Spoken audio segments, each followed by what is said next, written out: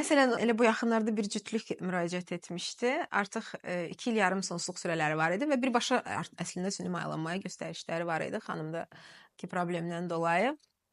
Bunun atası, qızın atası qayıtdı bizə qəbulda ki, bəs əşi, sən qızım özün 5 ildən sonra olmusan, sənin anan da 5 il hamilə qalmayıb, sonra qaldı doğuldun da. İndi sizin 2 il hələ evlilik sürəniz var. Nə vacibdir gəlib süni mayalanma elirsən?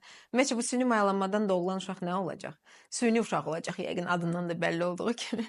Yəni bu tip şeyləri çox eşidirik, amma təbii ki bu yəni çox yanlış bir yanaşmadır. Çünki məsələn sırf bu cütlükdə qızda elə bir problem var idi ki, o 5 ildə gözləsə qalası deyildi, yəni mütləq süni mayalanma olunmalı idi. Sadəcə olaraq utanırdı, atasından çəkinir, heç atası bu haqqda bilmirdi belə də biz məcbur olub artıq açdıq, tökdük hər şeyi, dedik ki, ay dayı, bəs burada situasiya belədir də, bu artıq süni mayalanma olunmalıdır yəni.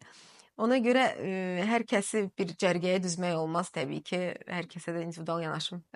Bu dayı təbii ki, sağdan soldan onu da qınamaq olmur. Çox danışılır cəmiyyətdə ki, ay süni mayalanma, ay süni olacaq, ay özündən olmayacaq kimi fikirlər də təbii ki var. Biz dayını oturtdurduq, hər şeyi başa saldıq. Yəni danışdıq ki, belə deyil. Danışandan sonra təbii ki, başa düşürlər. İzah eləmək, həkimdən tələb olunan oturub o situasiyanı izah eləmək xəstəyə, pasiyentə, pasiyentin yaxınına. Söhbət etdikdən sonra artıq o da başa düşdü ki, yəni hər şey eşidildiyi kimi deyil də, yəni tamamilə başqa cürdür.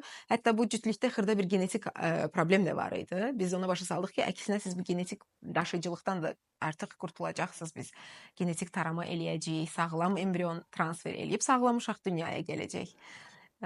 Bu şeyləri sadəcə oturub izah etmək lazımdır.